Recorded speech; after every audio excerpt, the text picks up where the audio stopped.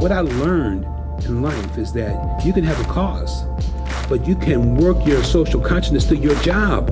Never let the job work you. You work the job. His goal, to be an agent of social change through medicine and education. If you give me high school, you can have all the things in life that you need. And if you're willing to go and get a little more education or another skill, you can have some of the things in life that you want. On this episode of Let's Talk Cincy, up close with Dr. Odell Owens. You can't pick your tragedies. From WLWT, this is Let's Talk Cincy, presented by Western and Southern Financial Group. Put our financial strength behind you. Hello, everyone. I'm Curtis Fuller, and welcome to Let's Talk Cincy. Today, a revealing one-on-one conversation with a pioneer in medicine and a great living Cincinnatian, Dr. Odell Owens. Few people can match the career accomplishments of Dr. Owens, whose work is recognized around the world. He announced his retirement after an amazing career in health and public service that has spanned nearly 50 years. Today, let's talk to Dr. Odell Owens. I've always decided that when that time came to retire, I wanted to be able to do that because I want to, not because I have to. But it's a combination of things. My daughter was very upset because she said to me, "Daddy, I haven't hugged you in almost a year because of COVID." And she was really impacted by that. And then you look at COVID and you look at the stories on the evening news of young people, 35, healthy, 20, 30, 40, 50, dying of COVID. And, you begin to think, where do I want to be? I've always said to people, I've worked in the community, yet I always wonder, have I done enough? Have I done enough? And so it just came to a point that said, yes, you have. And it's time to take care of Odell. Dr. Odell Owens is the epitome of success. His resume includes college president, Hamilton County coroner, Cincinnati Health Commissioner, president and CEO of one of the area's largest health foundations. And he also established an in vitro fertilization program, achieving Cincinnati's first successful conception and delivery, as well as the first pregnancy from a frozen embryo. What I want my resume to really reflect, and the message of my resume, is that in the 9th grade, I was told by a college counselor after flunking out of Walnut Hills that I was too poor and too dumb to go to college, and for me to take classes in shop. That's what I want young kids to understand, that no one should put you in a box. No one should write you off.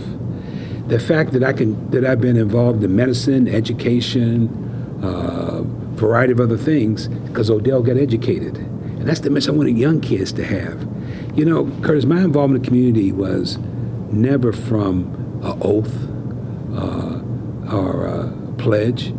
It's from a promise to my heart. That kid that came from the West End that had nothing, hit rock bottom. When I flunked out of Walnut Hills, my family was rock bottom. And yet, I've gotten some modicum of success because people helped me.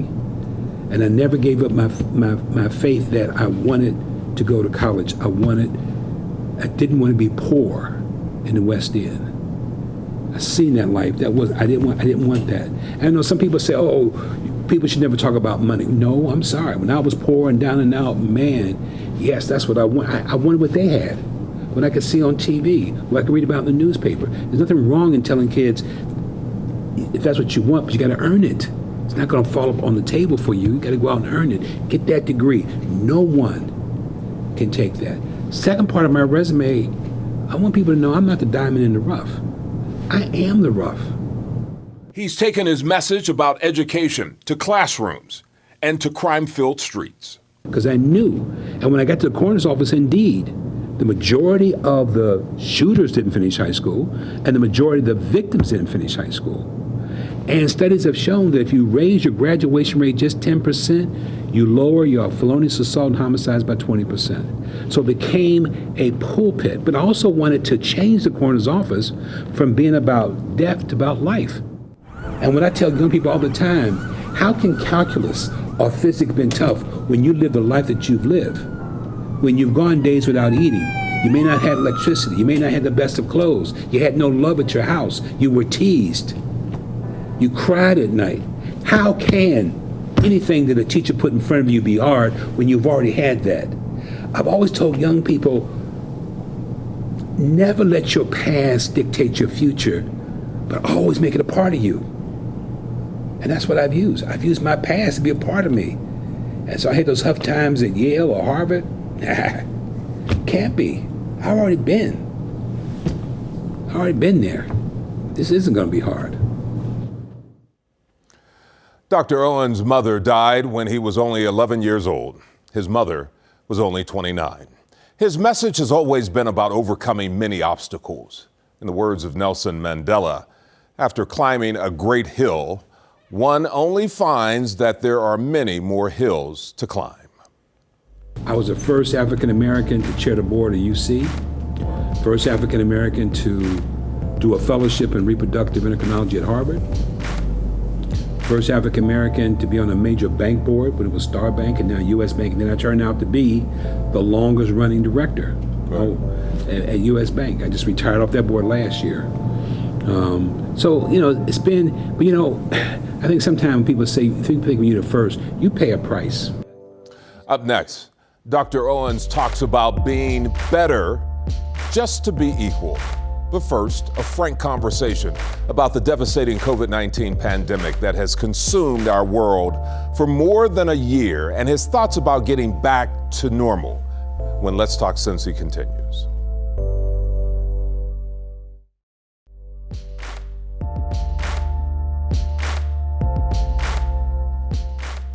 The pandemic has taken a toll on all of us. In fact, Dr. Owens admits the pandemic was a factor in his decision to step down and retire and to spend more time with his family. He has been an important voice in helping to educate the public about COVID-19, from testing to protocols, and now the truth about the vaccines. The other day I told someone, I've gotten both of my shots. Now, I may die of many things, but since I've been vaccinated, I will not be dying of COVID. I'm not going to be a COVID death. And I got that second shot, Curtis, and I felt free. I felt something got lifted from me. Still got to wear my mask, still got to wash my hands, still got to recognize physical distancing, but I knew I'm not going to die. Do you understand why people are reluctant, though? They are, and I understand that they think this is the speed. But again, what they have to realize is that the technology to create the messenger RNA has been going on for 20 years. They have worked with this with some other vaccines. With rabies was one, but didn't have a big enough trial for it to come forward. You have to test this on large numbers of people. So this was the first time they could use this technology in large groups. So even though it was fast, there were no shortcuts. Now, the piece that we do lag, and I understand, is that we're lagging on understanding the long-term effects. But we don't have 2 years. It's about a risk and benefit. If we waited 2 years and you already had 500,000 people die, in 1918 the Spanish flu killed 25 million people worldwide, we couldn't wait. So it was a risk and benefit. So, and the short term show all the tests that it was safe and effective. I know when I talk to African Americans who say, yeah, but we've been guinea pigs and done this. I look at them and I quote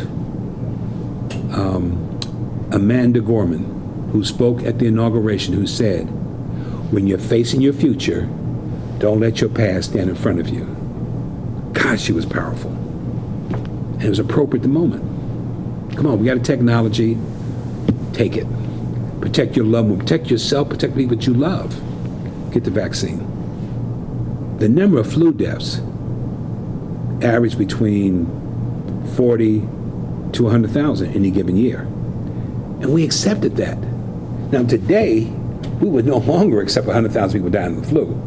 And for two reasons. One, the flu incidents and deaths were down 98% because of hand washing, wearing a mask, and 6 feet of distancing. So we know we can deal with that. So I think at the beginning, we all kind of thought, oh, this is going to be short term. Everybody got shut down for 3 weeks. We figured after the 3 weeks, everybody's going to come back to work and business as usual. And that just didn't happen. So it really, for modern medicine, this is unusual because everything else we could take care of very quickly. But this we weren't prepared for. Maybe couldn't be prepared for. But I think now we are. I think we understand what kind of infrastructure we need. We understand what kind of messaging we need. And we understand what type of technology is best for us. So we will be better prepared for the next one, and there will be a next one. Dr. Owens says he knows COVID-19 has caused a lot of stress for people, and folks still have many questions about the vaccines. But he says he hopes he has earned the trust of the public when he says the vaccines are safe and effective in helping keep you and your loved ones healthy. Up next, a raw conversation with Dr. Owens about how success did not shield him from the sting of racism. When Let's Talk Cincy continues.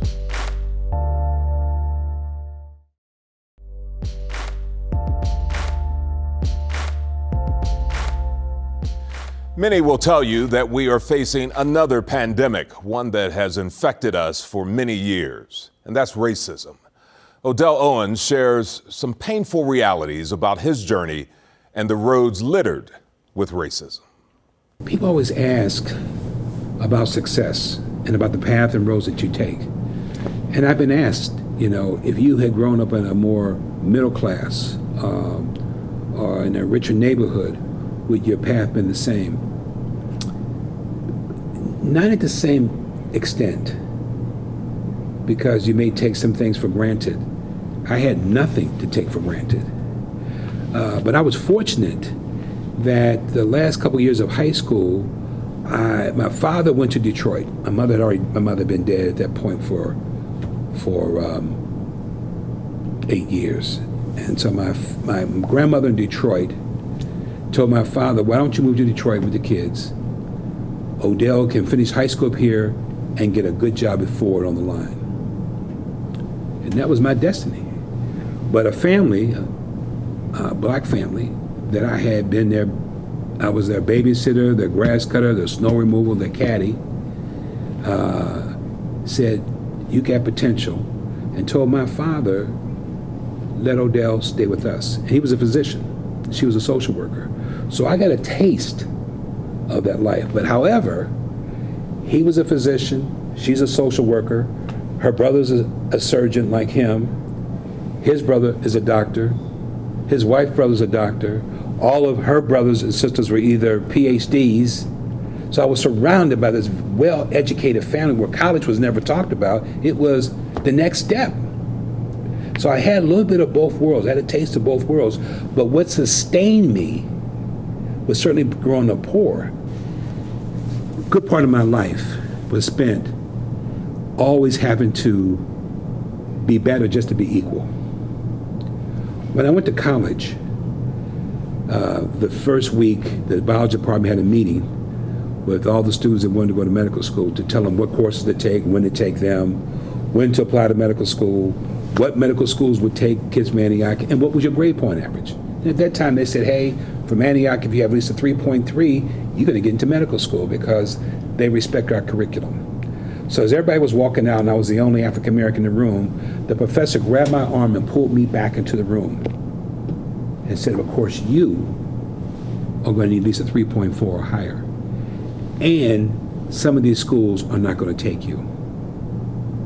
So I had to, as a freshman, I had to sit down and actually write out how I wanted to look when I was a senior, how I was going to present myself to medical schools to create this image that they're going to take me because of all the thousands of applications they're going to get.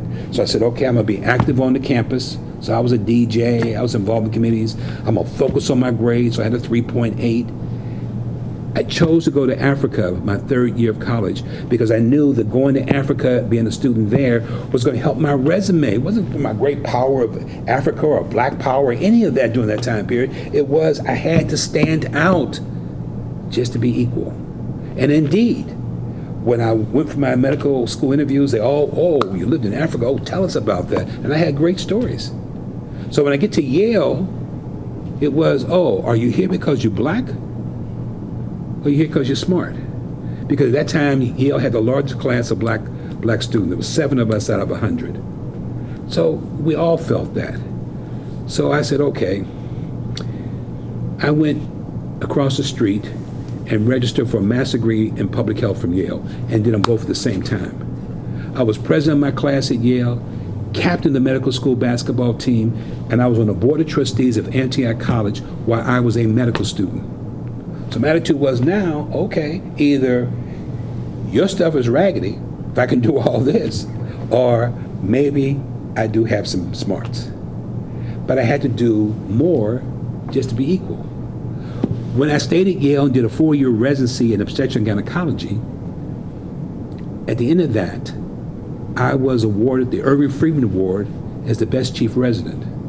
I leave there and go to Harvard, where I'm the first black to do a fellowship in reproductive endocrinology, and only the second black to do a fellowship within the Department of OBGYN. Once again, I found, are you here because you're smart? Are you here because you're black and we got to meet some type of quota? I got 3 degrees behind me from Yale. And when I was a resident, I was on the executive committee of the Yale Alumni Board. So I was never, ever just a student. And I'm like, and I was the Irving Friedman Award winner. What I got to prove?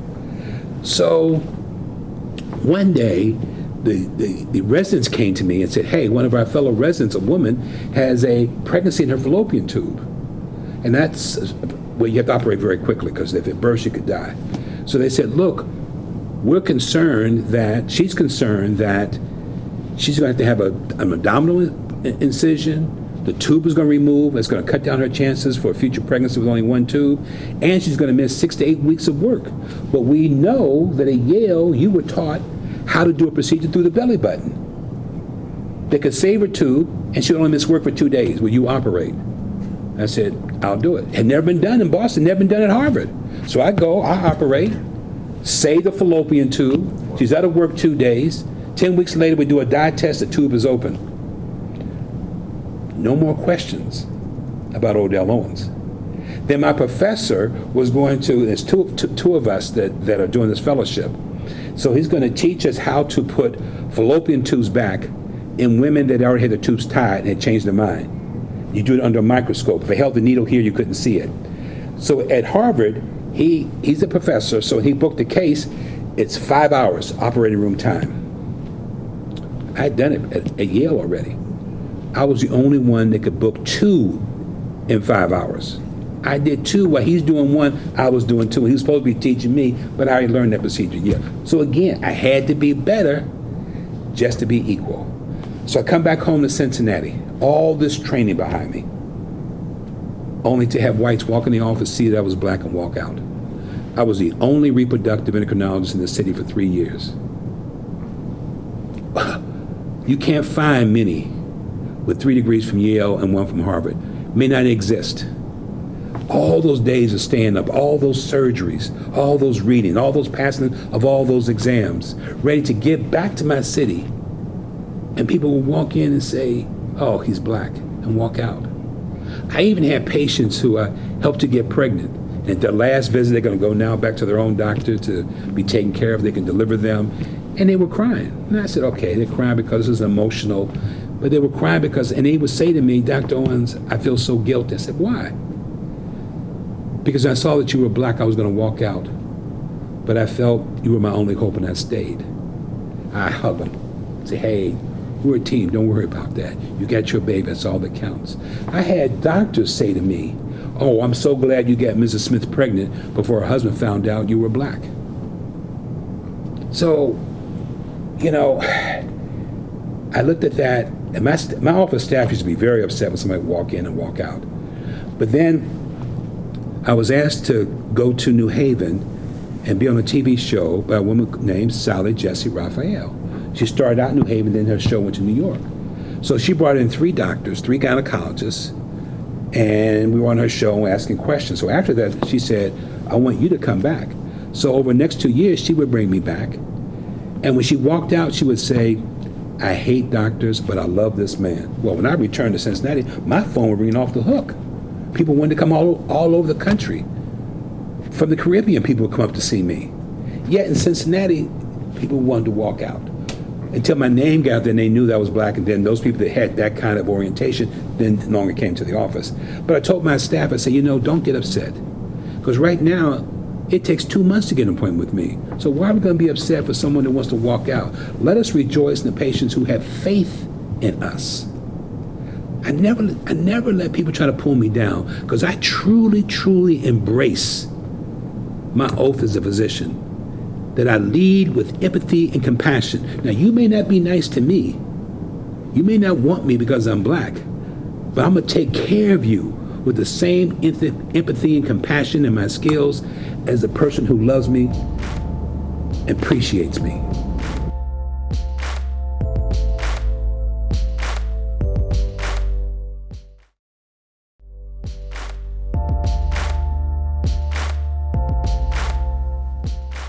We'd like to hear from you. Email us your ideas at ltc@wlwt.com. Remember, you can always watch full episodes or get more information on wlwt.com/Let's Talk Cincy. You can also listen to us on Apple Podcasts, Spotify, or wherever you get your podcasts. Odell Owens told me he gave 1,000 speeches in 7 years when he was the coroner, everywhere from schools to prisons. Among those many talks he delivered were to future doctors. And I'm very proud of the fact that another statistic, Curtis, that even you don't know. You know, I worked for the University of Cincinnati for 4 years. But Curtis, for 29 years, I gave the first lecture to the first year students on their first day. 29 years in a row. I've since done it twice more, so I'm up to 31. More than any other person in the history of the medical school to address the freshman class on what it means to be a physician. So even when I left, even when I was a coroner, even when I was president of Cincinnati State, they asked me to come back and talk to medical students. And that's what made me feel so proud that I still connect. And I did it this year as well. And that's important to me, that I've been able to stay relevant. There's that single message through the years still rings. And I tell patients, I tell medical students all the time, you must first care for your patients before you can take care of your patients. And that's how I always end my talks with them. We wish Dr. Owens much joy in his retirement, but I don't think this is the last time we'll be hearing from him. You know, his story reminds me of a quote from the great soccer player, Pele, something we all should think about. He said, "Success is no accident. It takes hard work, perseverance, learning, sacrifice, and most of all, love of what you are doing or learning to do." Well, that does it for this edition of Let's Talk Cincy. Thanks for joining us. I'm Curtis Fuller. Have a nice day.